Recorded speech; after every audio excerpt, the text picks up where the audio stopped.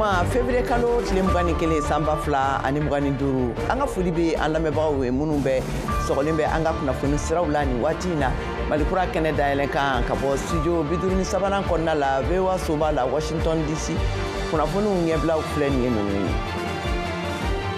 Larabula gun jamana marakɛla segi ɲɔgɔn bɛ ɲɔgɔn najɛrɛba la bi magan jamanaw kan ka hakilina jagabɔ kɛ ne ka jaabi di kɛ Donald Trump ka laɲini laselenw na min ye ka Gaza bila l'Amérique ka mara kɔnɔna la ye ne ka Palestine faso jama fitinɛ kɛlen bɛ ka dadigi kɛ minnu na kaban labɔ u sigiyɔrɔw la.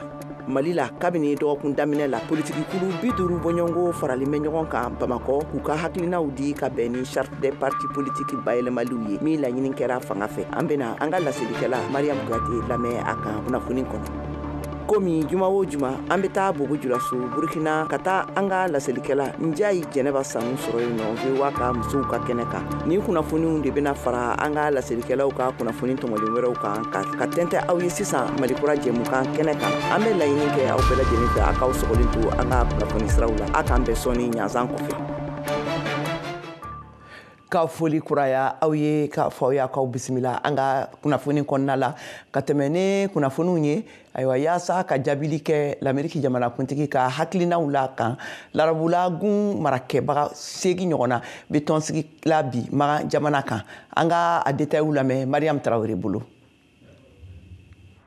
Riyad ka fɔ la ko golfu jamana 6 ɲɛmɔgɔw de farala ɲɔgɔn kan ni lajɛrɛ in kɛnɛ kan ka fara Égypte ani Jordanie kan. Kɛlɛ min daminɛna nin y'a kalo 15 ye bande Gaza kɔnɔna la min bɛ ka kɛ Israël jamana finitigiw ani Hamasi ka finitigi jɛkuluw cɛ.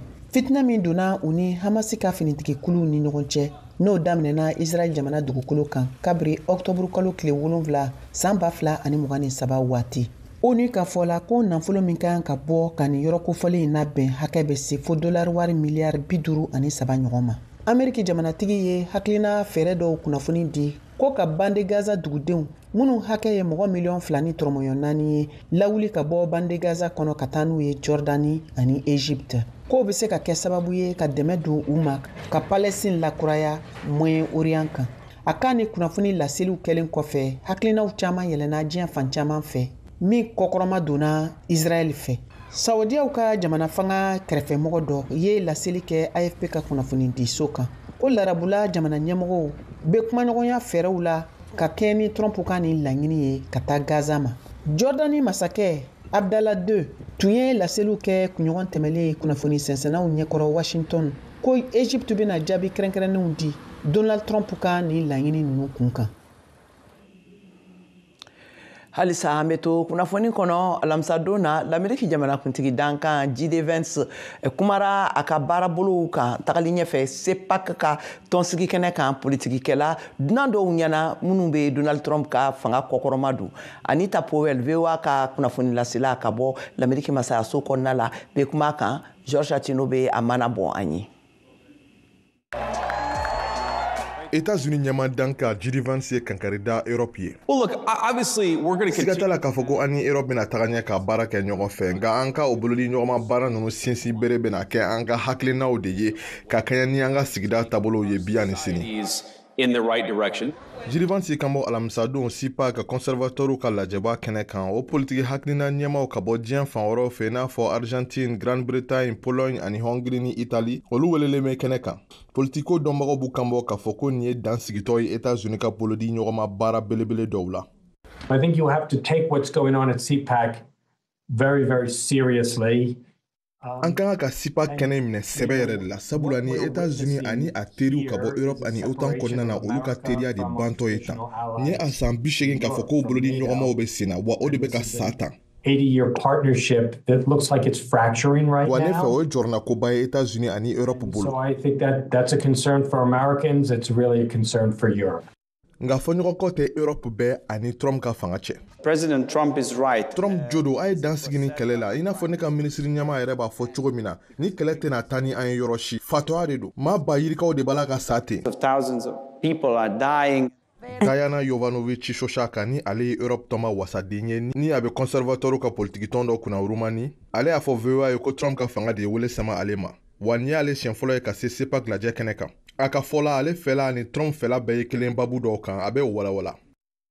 Because I have opinions against European Union. Europe toma ka latigɛ dɔ man ne n'a fɔ OTAN fana ka latigɛ dɔ man ne cogo min na sabula o bɛ kɛlɛfu wuli wa COVID-19 bana waati ne tun t'a fɛ mɔgɔw bolo ka ci wa ne tun t'a fɛ nun datugula maski o fana ka don. And because of my statements of liberty and because I was against vaccination COVID and because I was ne bɛ n kanbɔ Urumani tɔgɔ la ale b'i kanbɔ États-Unis tɔgɔ la wa o ye gɛlɛya dɔ lase ne ma sabula o tun t'a fɛ kala ka taa ɲɛ ko hakilina bɛ dankari sariya sunba la. They told me you have unconstitutional opinions, so you cannot go to be elected. CEPAC lajɛ o ye saranyɛlɛdi Trump ma politiki sira fɛ. A ka sarati fɔlɔ a tun ye dantigɛlikan ye wa ɲina fana sibiri don a ka dantigɛli makɔnɔnen don. Sisan an bɛ taa Mali la Bamakɔ kabini dɔgɔkun nin kɔnɔna la politiki kulu 50 ɲɔgɔnna farala ɲɔgɔn kan ka hakilina u di bɛn ka hakilina di ka bɛn charte des partis politiques u balemali taabolow ma ayiwa a laɲini tun kɛra fanga fɛ an bɛna an ka Mariam Kuyate VOA ka laselilikɛla lamɛn ka bɔ Bamakɔ.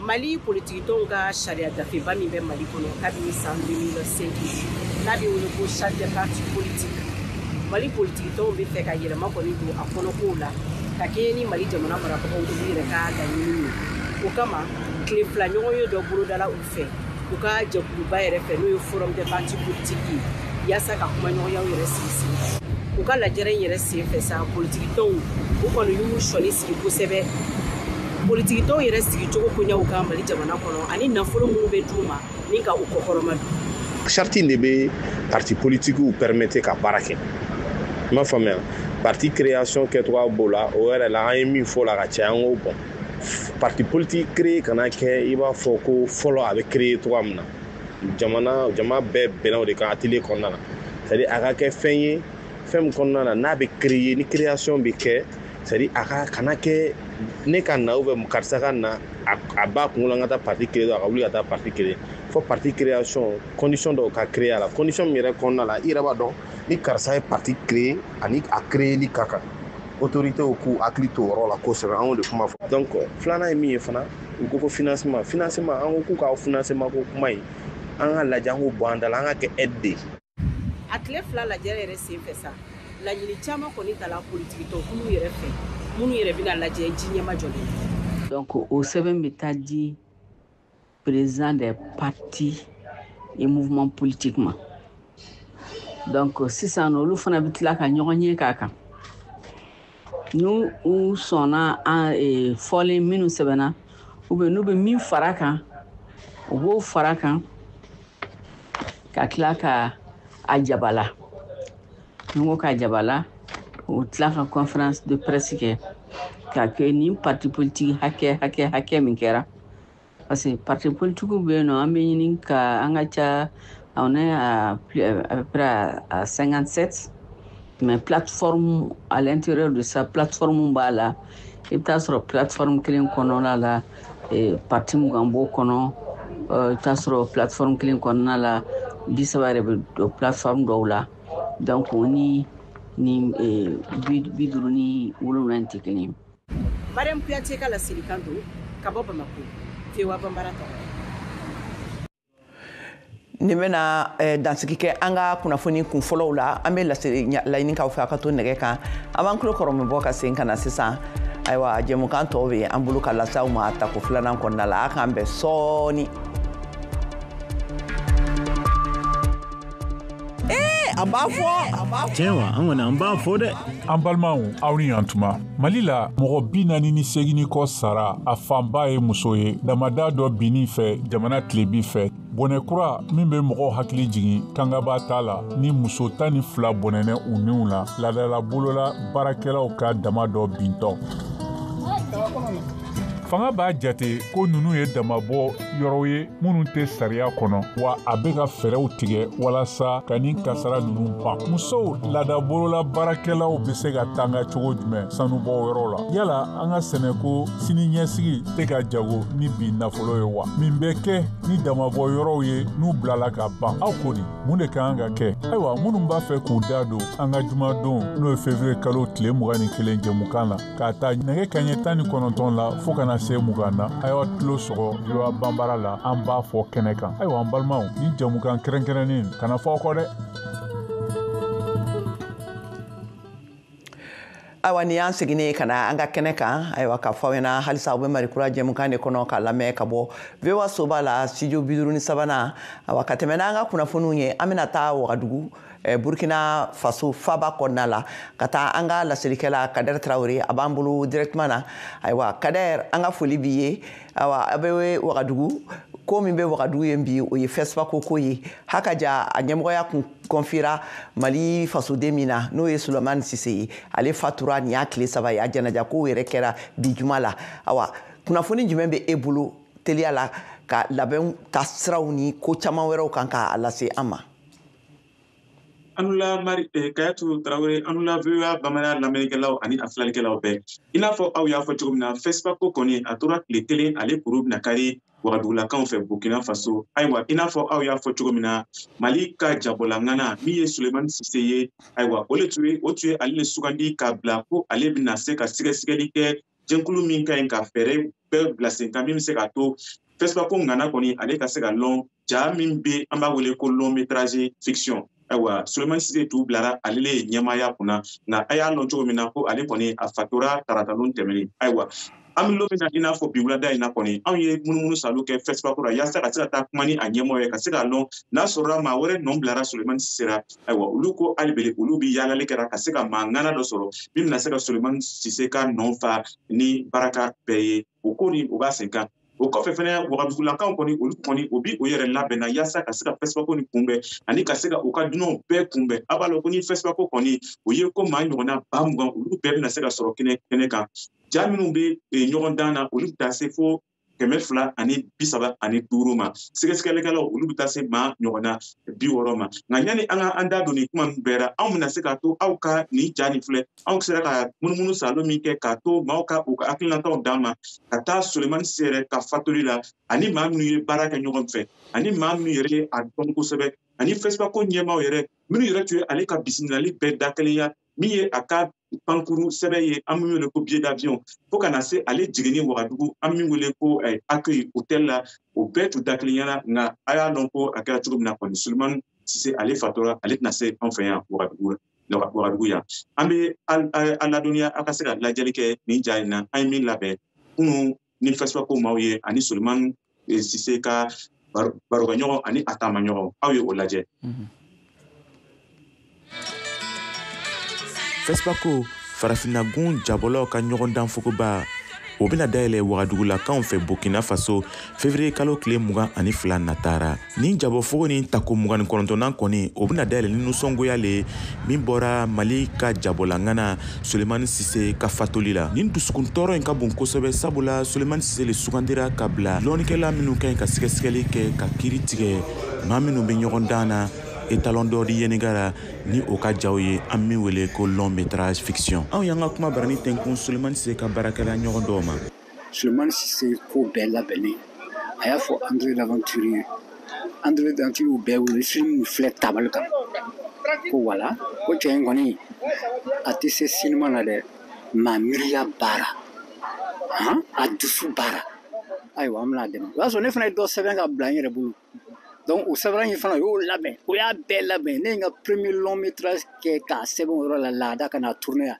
n ti saya ye koyi ni ye nin jateminɛ Sulemani Sise a taara la yɔrɔ la. Sulemani Sise ale kɔni kolen no kosɛbɛ FESPACO kɛnɛ kan sabula ale ka ja fila tun ye jɔnjɔnba sɔrɔ min ye étalon d'or ye san 1979 ani san 1983 tɛmɛnen Kadi Darame ye baara kɛ ni jabɔlangana nin ye a hakili jigira ko dɔw kɔ a y'a ye ko ne ye cinéma mɔgɔ ye ne ye comédienne ɲuman ye a ko f'i ka na n'i ka fauteuil n b'a dulon n ka bureau la cinéaste mɔgɔw ni comédienw ka photo cɛla Sulemani yɛrɛ jogo o ye adamaden basigini ye wa adamadenya tagabolo o de ka d'a ye ani ka se ka farafinko ni lɔnko ni seko ni kɔrɔlenko ninnu yiriwa n'i y'i kɔrɔsiri kɛ a ka film min b'a wele ko fiɲɛ kɔnɔ a yi farafinna tagabolo ɲuman dɔw yira mun b'a yira k'a fɔ ko farafina ti yɔrɔ lankolon ye. Ko bɛɛ tun da kelenya la ka se ka Sulemani Sise bisimila Wagadugu. François Akwabu ale bila n'o bisimilali ani ka maaw ka dugutagako ɲɛnabɔ Facebook ra. On avait planifié son voyage pour le 20. An kun y'a ka taama labɛn ka bɛn ni février kalo tile 20 de baw a tile 21 ni filanan pankuruko kun ka gɛlɛn kosɛbɛ Bamako o la a kun kan ka na tile 22 février kalo ne ka segin mars kalo tile filanan de n'a kun sera yan nɔ ale mun yɛrɛ jatalaw ka maakɔrɔ ye a kun kan ka jigin dunan jiginso min n'an b'a wele ko Azalɛ Hotel a sanburu numéro fɔlɔ n'o yɛrɛ tɔgɔ danbɛ Sanbɛn Usman na nka bi an bɛ waati min na a numéro ye ko yɛrɛ bɔra la ne ka tɔgɔ di Sanbɛn Usman ma. Mais qui est toujours plein de souvenirs. Nin kunnafoni sanga nin bɛ bɔnɛba le jigi FESPACO ɲɛmaa fɛ Musa Alex Sawadogo. C'est un grand vide parce que la composition d'un jury yɔrɔ lankoloyara bawo minnu taara kiiritigɛ kama jateminɛ kɛra u kan baara min don a ma nɔgɔ kuma bɛ fɔ a taabolo kan wa minnu sugandira mɔgɔbaw don u bɛ kan kelen de fɔ hakilina kelen de b'u bɛɛ la sisan an ni marabagaw bɛ hakili jagabaw la walasa ka dɔn an bɛna ŋaniya min ta yan ni sini cɛ. Les plus hautes autorités pour voir ce que nous allons décider d'ici demain. FESPACO o tako 29 kɛnɛ mana sigi hinɛ seli ani hakilinajigiya hɔrɔnya o bɛna lase Sulemani Sise ma. Nin tun ye Kadaya Tarawele kumakan ye ka bɔ Wagadugu, Burkina Faso. Kɔfɛ anw bɛ se ka min fɔ FESPACO tako 29 senkɔrɔ aya ko kura bɛna don FESPACO ka biye sanko yɔrɔ la minnu bɛ fɛ ka taa filimu filɛ ja bon segi kɔnɔ olu bɛ se ka o ka biye ta bɔlɔlɔsiraw kan sabula Burkina Faso la kan ko olu tɛ fɛ mɔgɔ ka se ka taa ɲɔgɔn susu ka taa ɲɔgɔn gosi ko o bɛ biye fɛ ka sɔrɔ ranjan dɔ ko min bɛ fɛ ka biye san ko olu bɛ se ka biye san bɔlɔlɔsira kan FESPACO yɛrɛ ka site internet kan o kɔfɛ fɛnɛ bisimilali ba o bɛna di Tchad jamana ma sabula a b'a lɔn ko FESPACO bɛɛra jamana kelen bɛ sugandi ka se ka bila loloniya kunna ɲinan loloni o le ye Tchad jamana ye. Tchad jamana kuntigi min Mama Debi Isno ale yɛrɛ bɛ sira kan a maa kɔnɔ don Wagadugulakaw fɛ bi wula na maa minnu bɛ ale kɔfɛ o bɛ taa se i n'a fɔ maa ɲɔgɔnna 400 ma. Ayiwa kaya to nin fɛɛrɛ ninnu bɛɛ le fara ɲɔgɔn kan min bɛ se ka to ɲinan ka FESPACO kɔni o ka se ka diya jagolaw ka se ka o fɛɛrɛ bɔ ani anu minnu yɛrɛ ɲɛden nɔgɔlɔlaw ye an fɛnɛ ka se ka an ɲɛyɔrɔ sɔrɔ i FESPACO in na. Ayiwa k'a fɔ an lamɛnkɛlaw ye ko nin tun ye an ka laselikɛla ka bɔ Wagadugu Burkina Faba kɔnɔna la Kader Tarawele ale ka kumakanw ye a bɔra sisan ka an kunnafoni fɛn min ye FESPACO n'o ye farafina sinima fɛɛrɛ kɛnɛba n'a a bɛ waleya san o san Burkinakaw fɛ yen nɔ ayiwa o kunnafoniw kan an ka foli b'i ye Kader. Ka tɛmɛ n'an ka kunnafoni ye halisa an bɛ to Burkina jamana kan ye sabula bi ye juma ye nka nin sen an bɛ taa an semafa ka taa Bobo Julaso ka taa an ka kunnafoni laselikɛla Njayi Sanu ale ma ka an makɔnɔ ye a bɛna musow ka kɛnɛ sigi komi FESPACO ko ale de bɛ sen na ayiwa Njayi Sanu an ka foli b'i ye i ni don kura bi tuguni bita o ye jako ye awa ko musow farafina musow u ni FESPACO u ni jabɔ u bɛ sɔrɔ k'a kɔnɔ cogoya min na kuma b'i bolo Njayi i bisimila kɛnɛ kan. Action, ça tourne depuis le ciné Sayon Bobo Julaso. Cinéma bo kele mi tora an fɛ jigiye ni wagati na Bobo kala kan cinéma bo ti an fɛ tuguni. Ale n'a y'a sɔrɔ ni ti film bɔra kabini lonjan bari a bɛ ladilanni na a yɛrɛ nagasilen do fɔlɔ kabini lonjan a ka dɔn ko lon caman na ɲɛyɔrɔ la Bobo Julaso ye tɔgɔ jumu cinéma bo kan i n'a fɔ Ciné Uwe i n'a fɔ Sia i n'a fɔ Gimi olu caman yɛlɛmana ka kɛ fɛn wɛrɛw ye dɔw kɛra église ye dɔw kɛra jagokɛyɔrɔ ye ka nin bɛɛ fiyɛ ka la kan ko bi an ka baro o bɛ taa cinéma lo kan kɛrɛkɛrɛnyara muso bi min kɛra a kɔnɔna na i k'a dɔn Kayatu ko muso bɛ ne jɔyɔrɔ ye cinéma kɔnɔna na o bɛ ye ara o b'a sɛbɛ o b'a labɛn ayiwa o bɛ jata fɛn minɛ o kan na fɔlɔ i n'a fɔ cɛw nka o tɛ ye kɛnɛ kan kosɛbɛ kosɛbɛ caman o tɛ don ara fɔlɔ ka mɛn n'o donna wagati damani o b'o to yen ka ko wɛrɛ kɛ bari i bɛ taa sɔrɔ kunko cayara ayiwa an bɛ wagati min na bibi ne k'a dɔn Burkina Faso le jatini don i n'a fɔ farafina bɛɛ faso cinéma kɔ ka la FESPACO kan o b'a yira k'a fɔ ko an n'u kan ka lɔyɔrɔba sɔrɔ nin yɔrɔ na kamasɔrɔ an ka musow olu tolen don kɔ mun b'a kɛ an ka musow tɛ taa ɲɛ nin baarada na n'a y'a sɔrɔ an ka jamana suganti don i n'a fɔ cinéma faso i k'a dɔn ko Bobo Julaso kɔnɔ ɲayɔrɔ la musow bɛ yen minnu ye o kale ka nin baarada nin bila sen kan ka se ka kunkɔrɔta sɔrɔ a la FESPACO ɲɛkɔrɔla la anw ye hakilinajigi kɛ olu musow ninnu kɔnɔ ka taa kuma n'o ye k'u ka baara tacogo lɔn an ka masala filɛ. bɛɛ ko a ma Fati Bobo Diouf a tɔgɔ yɛrɛ yɛrɛ le Pauline Kwese Ouattara a ye ja baara daminɛ ni théâtre le kabini a ka dɔgɔ a sigini filɛ nin ye Bobo Kinkɔrɔ la Julasoba. O tun bi casting dɔ le kɛra film dɔ tun bɛ yen ko Au Royaume d'Abou bɛɛ ye film sɔrɔ ka filɛ ni o tun b'a fɔ Abou ma ko Kameliba Abou Kameliba ka cinéma. Donc ne y'a daminɛ n'o le ça c'était en 99 2001 na tubabucɛ nana ka na n ye o réalisateur kelen-kelen don an b'a fɔ ko Ala ka hinɛ arabi n'o ye Patrick Martini ye. Donc a nana ka na kuma n fɛ ani Suke n ma sɔsɔ n taara fana ye papier di yan n y'a kalan n ye papier nin kalan fana min na a bɛnna n ma Fati ka rôle de bɛnna n ma. Ama ye muso ti don ko ra nɔgɔma bi yala ele degun dɔ sɔrɔ cinéma n bolo kan wa. Mi gɛlɛya sɔrɔ a kɔnɔ ni mɔgɔw ye mi gɛlɛya sɔrɔ a kɔnɔ tuma dɔ la n ka sigiyɔrɔ kɔnɔna na mais sisan ka taa population fan fɛ mɔgɔw b'a miiri Fati bi rôle min jouer Fati y'o mɔgɔ le ye ne ti den tiɲɛni ye. O bɛ ele kunbɛn n'olu rôle fasugu dɔ ye dugu kɔnɔ ka a suira wa ne b'a fɔ ko i bi rôle min jouer o sɔn dɔ b'i la. O caman baden de tɛmɛna o ni exemple ta hali lon na ne taara Niamey président kɔrɔ dɔ tun bɛ yen a mamaden nana ne filɛ Seni Kuce mamaden a nana ne filɛ a sina dɔrɔn ka commencer ka kasi ne ko min kuma ko émotion lo mais a yɛrɛ bamuso ka bɛna mun fɔ a ko Fati ko c'est vrai que tu es bête ko est-ce que tiɲɛ na ne nalon na. An bɔra Fati Bobo Diouf fɛ Julasoba ka na an yɛrɛ sɔrɔ Umu Bobo Diouf fɛ o min tɔgɔ yɛrɛ yɛrɛ ye Zenabu Ruwamba ale filɛ nin ye Yegere a b'an bisimila sisan. Yɛrɛ tilenna Asoma Dimaya an b'a ye a cɛsiri no kosɛbɛ baarada ma a yɛrɛ ka di a dusu fana ye yala muso bi ni jɔyɔrɔ belebele ye cinéma tagabolo kan farafinna wa. Muso kɔni bi ni jɔyɔrɔ belebele yɛrɛ de ye film tagabolo kan parce que ne ye muso réalisatrice bɛ yen musow bɛ yen mun bi technicien b'a kɔnɔ journaliste bɛ yen jɔyɔrɔba bɛ muso fɛ film tourné kɔnɔ tel que Apolline Traoré ninnu Aminata Glaise olu bɛɛ réalisatrice ye an ka jamana kɔnɔ. A y'a b'a dɔn tuma caman ni muso taara k'a bɛ taa baara ɲini ni cɛ dɔ b'a ɲɛfɛ i bɛ taa sɔrɔ peut-être u bɛ kan kirikaraw fɔ ye olu ɲɔgɔnna se ka ca aw ka baarada ninnu na. A kɔni an b'a ɲɔgɔn kunbɛn siɲɛ caman ko n'i ma nin kɛ bon o bi i yɛrɛ b'a dɔn ko o bi fɛn dɔ de fɛ quoi. A bɛnna n'a sugu dɔ ye. Bon ne kɔni n bɛnna n'a ye mais a tɛmɛna. Papa Gengane. Ça va? Ça va. A yera film babaw ra an minnu la i n'a fɔ Kalifa Gombele, Si un rêve de Python, Sundiata Keita, L'héritage du griot, cinématographie en carton, Tasuma, Takami, L'œil du cyclone, o ka ca o tɛ se ka fɔ san 30 ni kɔ tɛmɛni kɔ a bɛ se ka mun de fɔ Burkina Faso cinéma kan. Bon, en tout cas, je ne sais pas si Burkina Faso ka cinéma kan a bɛ benna dɔɔnin. À l'heure actuelle, Cameroun commence à manger dans le cinéma. C'est devenu une profession. Allez, les Kera Kabaraye. Mais ici, il me faut dire, mi a essayé, au Matayornia, les Ouattara, Delphine, Olumena, film na donné.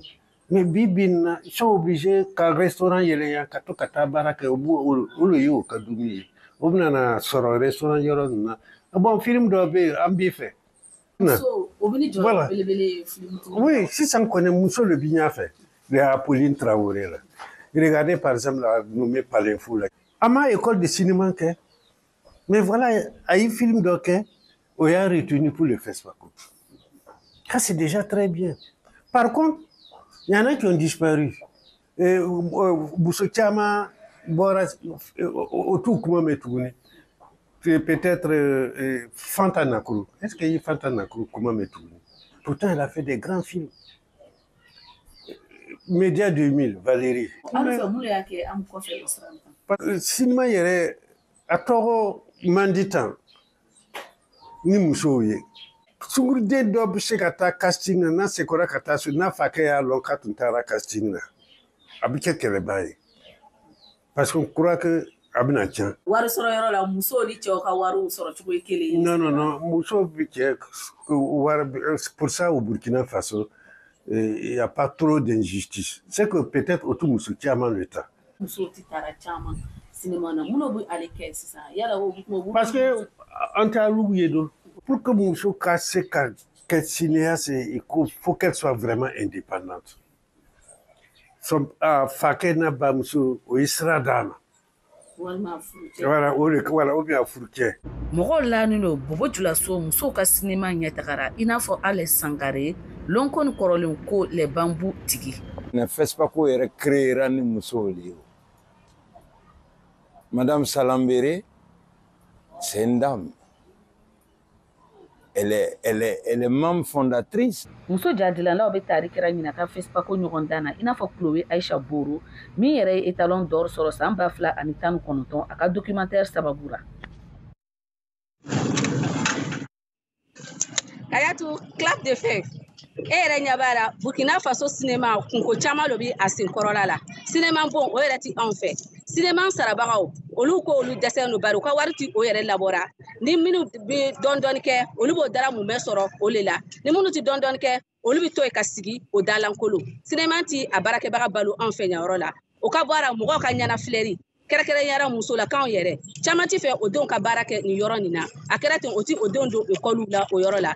Musow tɛ sira sɔrɔ o somɔgɔ fɛ, o tɛ sira sɔrɔ o faw fɛ, o tɛ sira sɔrɔ o cɛw fɛ ka taa nin baarada nin kɛ. O bɛɛ b'a kɛ ninnu dusukun na lanayabaliya bɛ na o ti la o yɛrɛ la. Hali ni minnu ye a daminɛ olu bɛ kɔfɛ ka segin tuguni. Ninnu bɛɛ le y'a kɛ an ka muso tolen do kɔ cinéma barabo na. Nka anw ka miiriya ɲuman ye mun ye an yɛrɛ kan.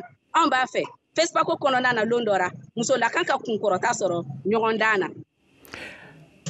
Ayiwa an ka foli b'i ye Jayi Sanu ka f'i ɲɛna i k'an bɛn juma wɛrɛ